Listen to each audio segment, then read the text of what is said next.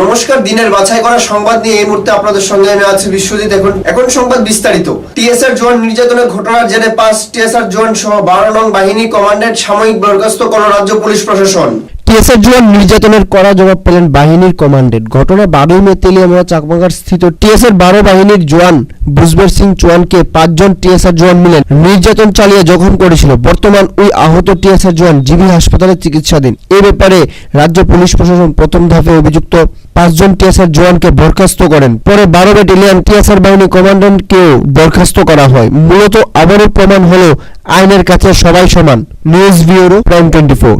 পশ্চিম জেলা police super ও পূর্ব থানার ওসিকে বৎসনা করল উচ্চ আদালত। জমি সংক্রান্ত মামলা পূর্ব থানা লিপিবদ্ধ না করতেই এমন বিপত্তি।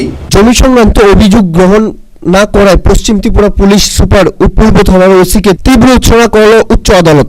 আদালতের মাননীয় বিচারপতি পশ্চিম ত্রিপুরা পুলিশ সুপার ও পূর্ব থানার ওসিকে সশরীরে আদালতে উপস্থিত থাকার জন্য নির্দেশ দেন। এই অনুসারে তারা দুজনেই সশরীরে আদালতে উপস্থিত হয়। আদালত পুলিশ সুপারের কাছে জানতে চান জমি সংক্রান্ত মামলার অভিযোগ নেওয়া হলো না কেন এবং পূর্ব থানার ওসির বিরুদ্ধে কি ব্যবস্থা নেওয়া হচ্ছে।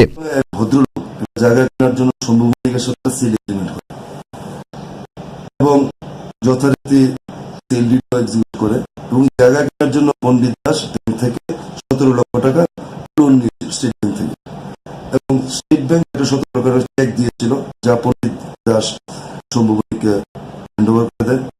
অ্যাকর্ডিংলি 4 এপ্রিল সেল ডিড করে দেয় সম্ভবনি এবং পণ্ডিত দাস তার জায়গা পজেশন নেয় এবং সে ভাড়া বাড়িতে থাকতো। এখানে কিছু জিনিস রাখে। পণ্ডিত দাস যেহেতু সরকারি কর্মচারী, খোয়াইতে ইলেকশন ডিউটি করেছিল তাই খোয়াই চলে গেছে। তারপর এসে দেখে 27 তারিখে যখন আসলো, এসে দেখে তার ঘরে অন্য লোক কাজ করছে। অ্যাকর্ডিংলি সে বললো তোমরা কে? বললো আমাদেরকে বাড়ির মালিক লাগিয়েছে। কে বাড়ির মালিক? সম্ভবনিক বাড়ির মালিক। তখন অন্য একটা লোক এসে ক্লেম করছে সে নাকি সম্ভবনিক। এই অবস্থাতে সে নিরুপায় হয়ে থানায় কমপ্লেন করে 28 তারিখ পূর্ব থানায়, কিন্তু তার কমপ্লেন লিপিবদ্ধ করেনি। সম্ভবনিকে এনে বলছে কেসটা আমরা সেটেল করে না। এই অবস্থা থেকে সে 29 তারিখ এসপি কে জানায়, চিঠিতে রেজিস্ট্রি করছে। এসপিও আজকে মামলাতে এসপি বলল যে আমি এই নোটিশ পেয়ে আমি ওসিকে বলেছিলাম, ইনস্ট্রাকশন দিয়েছিলাম তুমি কেস রেজিস্ট্রি করো। লাস্টলি 15/5 কেস রেজিস্ট্রি করে আর আমরা রিট পিটিশন 15/5 আগেই ফেল করেছিলাম।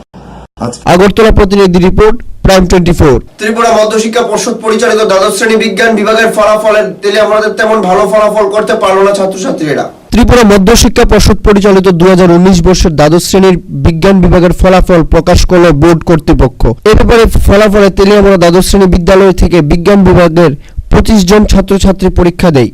এতে 22 জন পরীক্ষার্থী পাশ করে। এর মধ্যে 12 জন প্রথম বিভাগে এবং 10 জন দ্বিতীয় বিভাগে পাশ করে। এর মধ্যে আকাশ দাস 430 নম্বর পেয়ে A+ গ্রেড পায়। অপরদিকে তেলিয়ামুড়া কবি নজরুল বিদ্যাভবন দ্বাদশ শ্রেণী বিদ্যালয় থেকে বিজ্ঞান বিভাগের 36 জন পরীক্ষা দেয়। এর মধ্যে 32 জন ছাত্রছাত্রী পাশ করে, 19 জন প্রথম বিভাগে এবং 13 জন দ্বিতীয় বিভাগে পাশ করে। দ্বাদশ শ্রেণী বিজ্ঞান বিভাগের ফল আজকে ত্রিপুরা মধ্যশিক্ষা পর্ষদ প্রকাশ করেছে। তো আমাদের তেলিয়ামুড়া দ্বাদশ শ্রেণী বিদ্যালয়ের অধীনে আমাদের 25 জন ছাত্রছাত্রী এই বিজ্ঞান বিভাগে পরীক্ষায় বসেছিল। তাদের মধ্যে 22 জন পাশ করেছে, পাশের হার 88%, এবং এই 22 জনের মধ্যে 12 জন প্রথম বিভাগে উত্তীর্ণ হয়েছে, অর্থাৎ A গ্রেড পেয়েছে, একজন A+ গ্রেড পেয়েছে, আর 10 জন B+ গ্রেড পেয়েছে, অর্থাৎ সেকেন্ড ডিভিশন নম্বর পেয়েছে। এর মধ্যে আমাদের ছাত্র, কৃতি ছাত্র আমি বলবো, আকাশ দাস, সে A+ গ্রেড পেয়েছে। তার প্রাপ্ত নম্বর 430, সেটা শতাংশ হিসেবে দাঁড়ায় 86%। তো আমরা বিদ্যালয়ে তার এই রেজাল্টে আমরা খুবই খুশি। এবার মানে 2019 শিক্ষাবর্ষে আমাদের কবি নজরুল দ্বাদশ শ্রেণী বিদ্যালয়ের বিজ্ঞান বিভাগে যারা এবার 12 বা উচ্চ মাধ্যমিক পরীক্ষায় বসেছিল সংখ্যা ছিল 36। তো 36-এর মধ্যে পাস করেছে 32। তার মধ্যে A ক্যাটাগরিতে 19, তারপরে B ক্যাটাগরিতে 13, বাকি 4 জন সাপ্লিমেন্টারি কম্পোনেন্টে এরকম আছে। পার্সেন্টেজের নিরিখে এবার পার্সেন্টেজ হচ্ছে 88%। আপনি এই বছরে কিরকম রেজাল্ট মনে করছেন আপনি এই স্কুল থেকে? রেজাল্ট গত বছরের কথা তো অবশ্যই বলতে হয়। গত বছর আমাদের যারা তেলিয়ামুড়া থেকে বিশ্বজিৎ রায়ের রিপোর্ট, প্রাইম 24। বিলিতি মদ বিক্রি করতে গিয়ে যাওয়ার পথে পুলিশের জালে গাড়ির চালক সহ 747 বোতল বিলিতি মদ আটক। আনন্দবাজার স্থিত শরণার্থী শিবিরে বিলিতি মদ বিক্রি করার জন্য নিয়ে আসছিল TR 050795 নম্বরের একটি গাড়ি।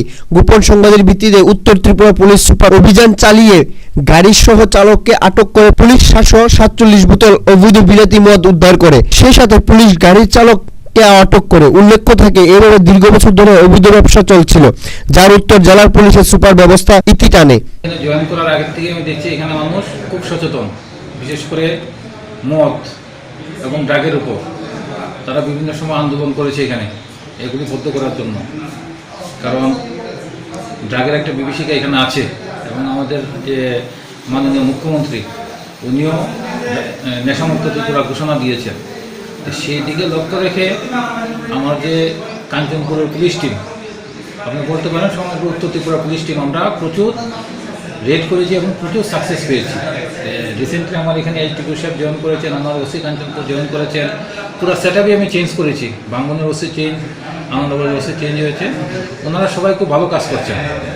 গতকালকেও এইচটিকিউ সাহেব আমার সঙ্গে সারাদিন ছিলেন। আমরা ইন্টেরিয়র এরিয়াগুলি ভিজিট করেছি, কালকে ক্যাম্পগুলি ভিজিট করেছি। তো সারাদিন ছিলেন, রাত্রেবেলা উনি গোপন সংবাদের ভিত্তিতে একটা গাড়িকে চেজ করেছেন। চেজ করে গাড়ির থেকে গাড়ি সহকারে 747 বোতল ফরেন থেকে আপনি সিজ করেছেন। কাঞ্চনপুর প্রতিনিধি রিপোর্ট, প্রাইম 24। প্রয়াত প্রধানমন্ত্রী রাজীব গান্ধীর 28তম মৃত্যুবার্ষিকী পালন করল তেলিয়ামুড়াতে মঙ্গলবার কংগ্রেস কর্মীরা। প্রয়াত প্রধানমন্ত্রী রাজীব গান্ধীর 28তম মৃত্যুবার্ষিকী দিবস পালন করল কর্মীরা মঙ্গলবার সকালে তেলিয়ামুড়াতে এবং জয়লাংবাড়িতে। ঘটনা তেলিয়ামুড়া ব্লক কংগ্রেসের উদ্যোগে প্রয়াত প্রধানমন্ত্রী রাজীব গান্ধীর 28তম মৃত্যুবার্ষিকী দিবস পালন করে তেলিয়ামুড়ার স্থিত রাজীব গান্ধী প্রতিকৃতিতে পাদদেশে। এতে উপস্থিত ছিলেন প্রাক্তন বিধায়ক অশোক কুমার বৈদ্য, যুবনেতা অনির্বাণ সরকার সহ দলের অন্যান্য কর্মীরা। অন্যদিকে কৃষ্ণপুর ব্লক কংগ্রেসের উদ্যোগে স্থানীয় জারিলংবাড়ি স্থিত প্রয়াত প্রধানমন্ত্রী 28তম মৃত্যুবার্ষিকী দিবস পালন করে দলীয় কর্মীরা নেতৃত্বদের উপস্থিতিতে। আজকে আমাদের প্রয়াত প্রধানমন্ত্রী দেশের জন্য যে আত্মবলিদান দিয়েছে, প্রয়াত প্রধানমন্ত্রী রাজীব গান্ধীর 28তম মৃত্যুবার্ষিকী আজকে আমরা ব্লক কংগ্রেস তেলিয়ামুড়া ব্লক কংগ্রেসের উদ্যোগে আজকে রাজীব গান্ধীর স্ট্যাচুর সামনে আমরা সবাই সম্মিলিতভাবে ওনার মৃত্যুবার্ষিকী পালন করতে এখানে সমবেত হয়েছি। কৃষ্ণপুর ব্লক কংগ্রেসের উদ্যোগে জারিলংবাড়িতে 25 নম্বর বুথ কৃষ্ণপুর ব্লক কংগ্রেস আমরা যথাযোগ্য মর্যাদায় প্রয়াত প্রধানমন্ত্রীর রাজীব গান্ধীর 28তম মৃত্যুবার্ষিকী আমরা পালন করছি। আমরা কৃষ্ণপুর ব্লক কংগ্রেস প্রয়াত প্রধানমন্ত্রী ভারতরত্ন, উনি আজকে ওনার আত্মার বলিদান দিয়েছেন। ওনার দিশাকে পাথেয় করে উনি যে উদ্দেশ্য নিয়ে আজকে ওনার আত্মা বলিদান দিয়েছেন, উনি সেই আত্মার চিরশান্তি কামনায় আমরা কৃষ্ণপুর ব্লক কংগ্রেস আজকে 28তম মৃত্যুবার্ষিকী ওনার পালন করছি। তেলিয়ামুড়া থেকে বিশ্বজিৎ রায়ের রিপোর্ট, প্রাইম 24।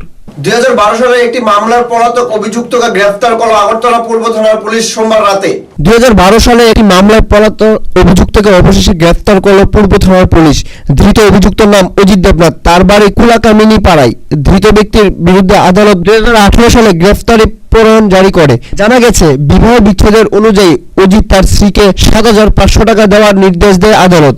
সে নির্দেশ অজিত মান্য করেনি। এরপরে তার স্ত্রী থানায় মামলা করে অজিতের বিরুদ্ধে। আগরতলা প্রতিনিধি রিপোর্ট, প্রাইম 24। আজকের মতো প্রাইম 24 এর সংবাদ এখানেই শেষ করছি। পরবর্তী সংবাদ দেখার জন্য চোখ রাখুন শুধুমাত্র প্রাইম 24 এর পর্দায়। নমস্কার।